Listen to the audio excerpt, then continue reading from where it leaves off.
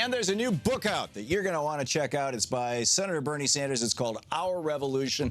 I have read about 2/3 of it already. It is brilliant. And by the way, the author's on the line with us. Senator Sanders, welcome back to the program. Hey, Thom, it is great to be with you. It is so great to have you with us. Congratulations on your elevation to a Senate leadership post. I just saw the news release this morning. It is. And let me just say this, and I often say it, Thom. You know, I've been around the country a lot in the last couple of years, and there are very few places that I go where people don't say, hey, I heard you on the Thom Hartmann show. So in a world where a handful of corporations dominate what we see, hear, and read, you are doing a great job, and I just want to thank you for all of that. Well, thank you so much, Senator. It's always been an honor and a pleasure to have you on our program.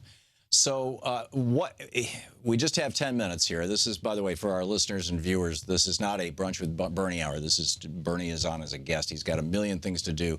And, you know, so what, in your opinion, are the top issues? What are the things that you want to say to our listeners and viewers right now? Look, these are very tough and frightening times, and people are very, very upset. So here are just the things that I want to say. Number one, Hillary Clinton got, I think, 2 million more votes than Donald Trump got. Number two, on virtually every important issue, the Republican Party's views are the minority. Our views are the majority. Number three, it is not acceptable for people to throw their hands up in despair or to become demoralized. The stakes are too high. We have to fight to make sure that we will not allow racist or sexist or xenophobic activities to take place. And I'm confident that if millions of people stand up and fight back, we're going to win this thing. Second of all, we have to do a lot of thinking, and nobody has the magical solution to this or the magical analysis why Trump won.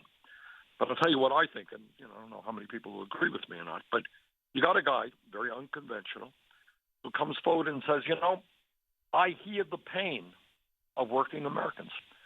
I hear and understand that people are working 2 or 3 jobs, or they're seeing their jobs going to China, or that people are getting old and they're scared to death because they have nothing in the bank when they reach retirement. Or maybe you're a mom out there who's making $30,000 or $40,000 a year and you're paying $15,000 for childcare, and that doesn't work, or you can't afford your prescription drugs. I hear you, says Donald Trump. Well, between you and me, I think he is a great entertainer. I think he's instinctually knows what people wants to hear. Our job right now, and we're researching this, is we are going to hold him accountable for every word that he said. He said that he's going to protect Social Security and Medicare. Well, you know what? We're going to demand and bring millions of people together to demand that he does that.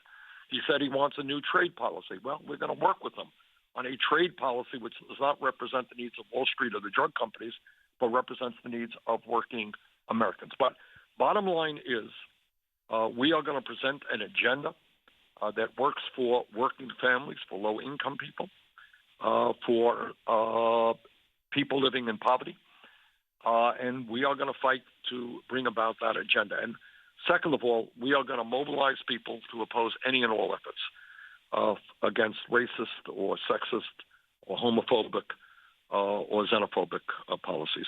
Yeah. Where do you see the Trump administration? It's so weird to even say these words. Where do you see them going, and what do you think are the first battles that are going to have to be fought? I see in the New York Times today they're talking about overturning. And I have a friend who, a right-wing talk show host, who says Heritage has a list now of 1,000 regulations that they're going to strike down in the first day. That many were executive orders, others were within departments, within cabinet departments that they can just simply strike down by fiat, from environmental stuff to banking stuff, et cetera. Well, I'll tell you something, Thom. Where we look, this administration, and not just Trump, but whether it's the Heritage Foundation or any of the other right-wing groups, we're going to have to mobilize millions of people in opposition. But at the top of my list of real fear is the issue of climate change. You got a guy who's going to walk into the White House, unless his mind is changed, who actually believes that climate change is a hoax, who does not. And here's the danger: if we move in the direction in this country of more fossil fuel, which is what he campaigned on, if we move in the direction of believing climate change is a hoax, you're sending a message to every major country on earth, to China, to Russia, to India, to all the other countries, that you don't have to worry about climate change, that you shouldn't do it. The United States is not going to transform its energy system. We're not going to move away from fossil fuel. We're not going to move to energy efficiency or sustainable energy. And if that happens, somebody who is the grandfather of 7 beautiful kids, I just worry so much about the future of the planet. And we have got to mobilize millions of people to stop the pipelines, to demand that we create jobs by transforming our energy system. So that's an issue that's right up there.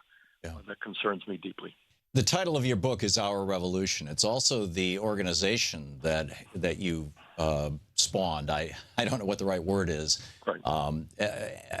Tell us about Our Revolution, both the book and the organization, and just your idea of the concept, which you campaigned so brilliantly on. Look, what we have to do, and what my campaign was about, it was transforming America economically, politically, environmentally, racially, socially.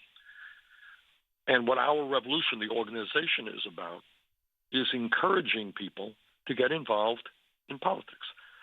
That in your community, we need you to run for school board. We need you to run for city council. We need you to run for the state legislature.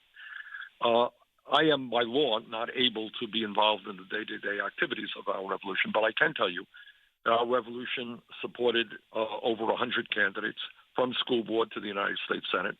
A great many of them won, including some really, really great progressives at every level of government. So the message has got to go out that get involved. Yes, I know a lot of people say, what, me running for city council? Me running for school board? Well, I don't know enough. I don't have enough confidence in myself. Trust me, I'm a member of the United States Senate. You can run for school board. You can run for the city council. You don't have to be a genius or know every bloody thing to get involved. So I hope people do that. That's what Our Revolution, the organization, is. What the book is about is 2 things. It talks about the campaign, how we started as a quote-unquote fringe candidacy. We ended up getting 13-plus million votes, 22 states, and ended up winning, vast majority of young people's votes in the democratic process, primary. It also, Thom, the second half of the book is very clear. It talks about the real issues facing our country. I mean, one of the dismal things of many that the corporate media does is make politics look like it's a personality contest. It is not a personality contest. It is about looking at the real problems that we face and how we address them. And the book does that at some length. It talks about the need to fight oligarchy, to talk about how we fight income and wealth inequality. How do we create a healthcare system that works for all people? How do we transform our energy system? What do we do about immigration reform or criminal justice reform? How do we take care of the most vulnerable people in our country? How do we make public colleges and universities tuition free? How do we create an economy that works for all and not just the 1%? So it goes into some specifics in there, and I think those are the kinds of discussions. I think people will read it, they'll agree, they'll disagree, but that is the kind of discussion I think we need to have in this country. Yeah, absolutely. Senator, I know that you've got to run, but thank you again so much for dropping by today and for all the years that you've been with us, and for, most importantly, for the incredibly brilliant work that you've been doing both in the House and the Senate all these years. Thank you, sir. Well, thank you very much, Thom. Take care. Bye-bye. Great talking with you, Senator. We'll be back.